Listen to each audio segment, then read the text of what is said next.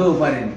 আমার পাসপোর্ট আছে, আমি ভিসা করে বাংলাদেশ থেকে ঘুরে এসেছি, আমাদের মতন লোকেরও বা এগুলো ভাবা যায়?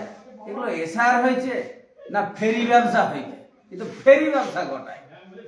আর কিছু বলার নাই, আর কিছু বলবো নি। এবারে যারা শুনবে তারাও কিছু কমেন্ট করবে, কি করা যায়। এর বিরুদ্ধে আমাদেরকে পথে নামতে হবে, আন্দোলন করতে হবে। আমার তো মনে হয় কোথাও কিছু চক্রান্ত চলছে। এটা গোটাই চক্রান্ত, গোটাই চক্রান্ত। এটা শেয়ার করেছে, এটা গোটাই চক্রান্ত। সব নামগুলিকে গড়, একবারে গড়।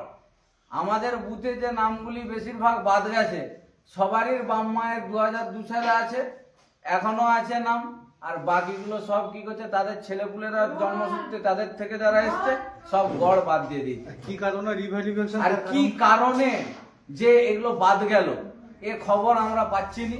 আর কি করলে এর যে প্রবলেমটা সলভ হবে সেটাও আমরা করতে পারছি, দিতে পারছি না। তাহলে এটা কি হয়েছে? এটা অ্যাকচুয়ালি ফেরি ব্যবসা হয়েছে, ফেরি। এই মুর্শিদাবাদের ফেরি ব্যবসা।